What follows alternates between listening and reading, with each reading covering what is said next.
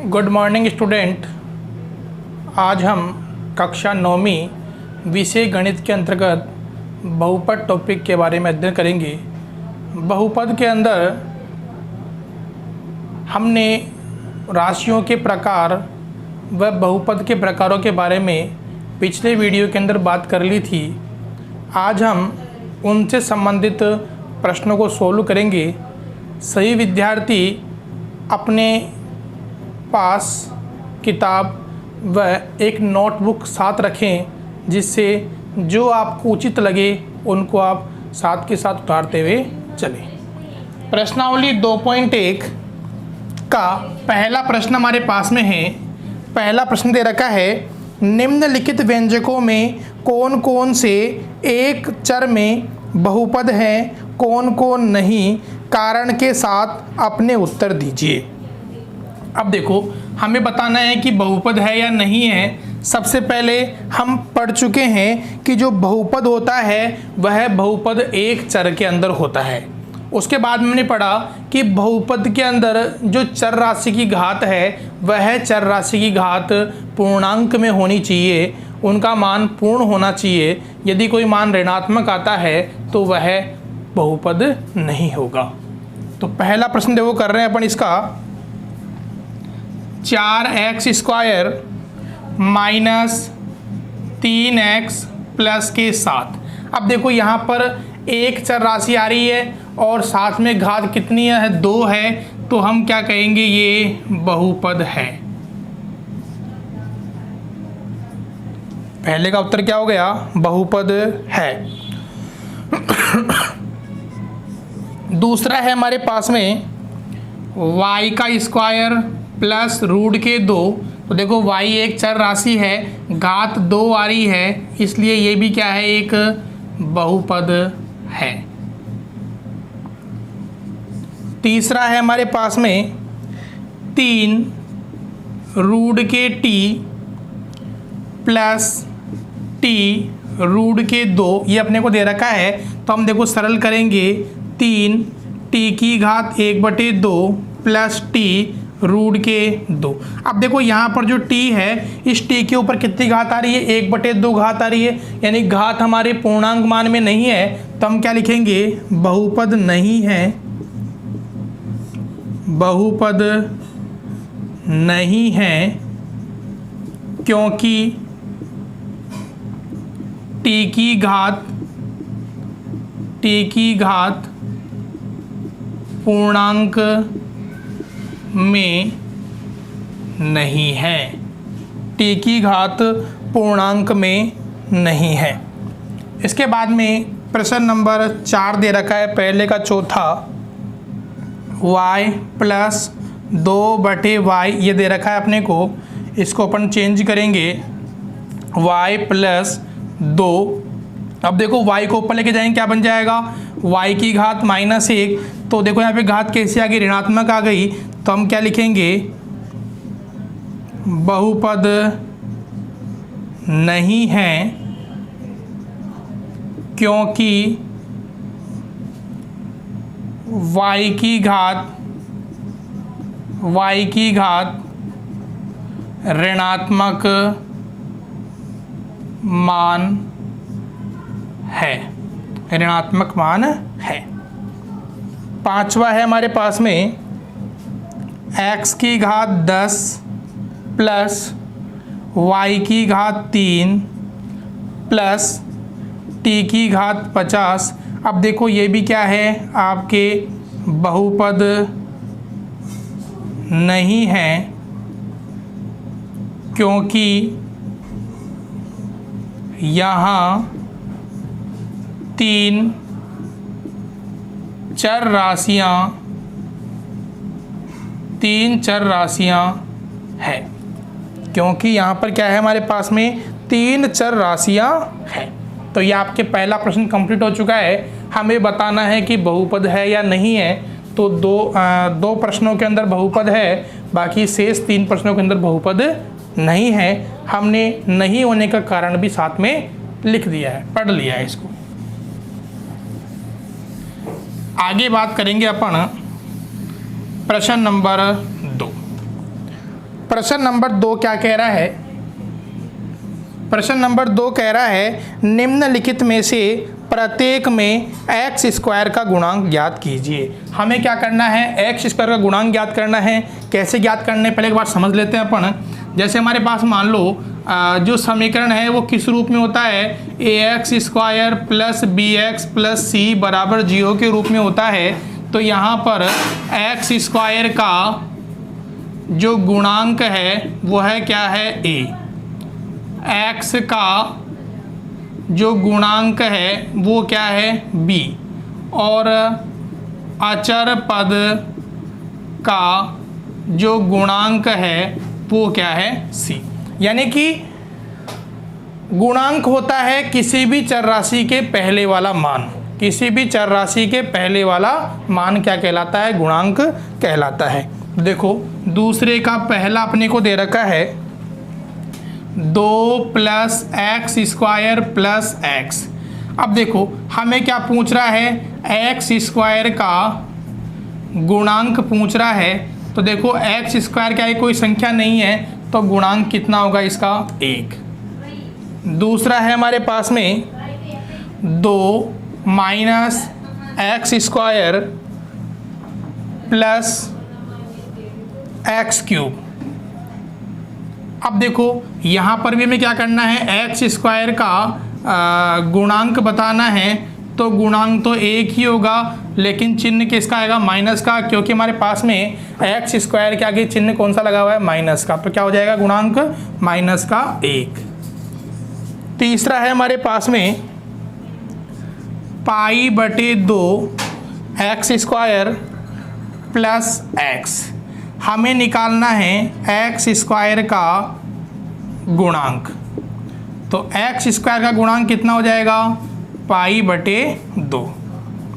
चौथा है रूट के 2 एक्स माइनस 1। पूछ रहा है एक्स स्क्वायर का गुणांक।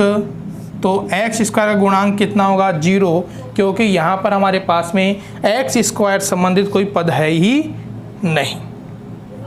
तो ये आपके क्वेश्चन नंबर 2 कंप्लीट हो चुका है। अब बात करते हैं अपन क्वेश्चन नंबर 3 की। Question number 3।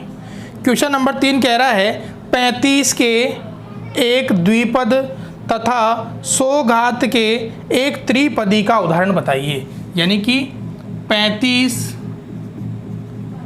घात के द्विपद। अब देखो 35 घात का क्या बनाना? द्विपद बनाना है। तो बना दो आप। देखो x की घात 35 प्लस 15। तो ये क्या बन गया हमारे पास में? द्विपद बन गया। 2 पद है और घात कितनी है इसके अंदर? 35 घात है। तो ये हमारे पास में 35 घात के द्विपद का हमारे पास में एग्जाम्पल है।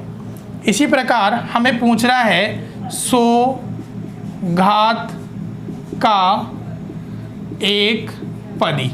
तो 100 घात का एक पदी कितना हो जाएगा? x की घात 100। तो ये हमारे पास में क्वेश्चन नंबर 4 कंप्लीट हो चुका है। अब 3 कंप्लीट हो गया। अब बात करते हैं क्वेश्चन नंबर 4 की। क्वेश्चन नंबर 4 क्या कह रहा है? निम्नलिखित बहुपदों में से प्रत्येक बहुपद की घात लिखिए। प्रत्येक बहुपद की घात लिखिए। तो हमने इससे पहले वाले वीडियो में पढ़ लिया है कि बहुपद की घात कैसे निकालते हैं। बहुपद के अंदर चर राशि की जो सर्वाधिक घात होती है वही क्या कहलाती है? बहुपद की घात कहलाती है। तो देखो यहाँ से चौथे का पहला दे रखा है अपने को 5x square 5x cube plus 4x square plus 7x। अब देखो x की घात 1 भी आ रही है, 2 भी आ रही है, 3 भी आ रही है, लेकिन सर्वाधिक घात कितनी आ रही है? 3 आ रही है। तो यहाँ पर बहुपद की घात कितनी होगी? 3। दूसरा है हमारे पास में इसी के अंदर 4 माइनस वाई का स्क्वायर। देखो घात कितनी आ रही है? 2 आ रही है। तो क्या हो जाएगा आंसर? बहुपद की घात कितनी है 2। इसके बाद में तीसरा कह रहा है अपने को, तीसरा प्रश्न कह रहा है 5t माइनस रूट के साथ, 5t माइनस रूट के साथ हमें निकालना है बहुपद की घात। तो यहाँ पे देखो t की घात 1 है, इसलिए बहुपद की घात कितनी होगी 1 होगी। चौथा है 3। अब देखो यहाँ पर हमारे पास में कोई चर राशि नहीं है, तो हम क्या कहेंगे कि बहुपद की घात कितनी होगी 0। बहुपद की घात कितनी होगी 0 होगी।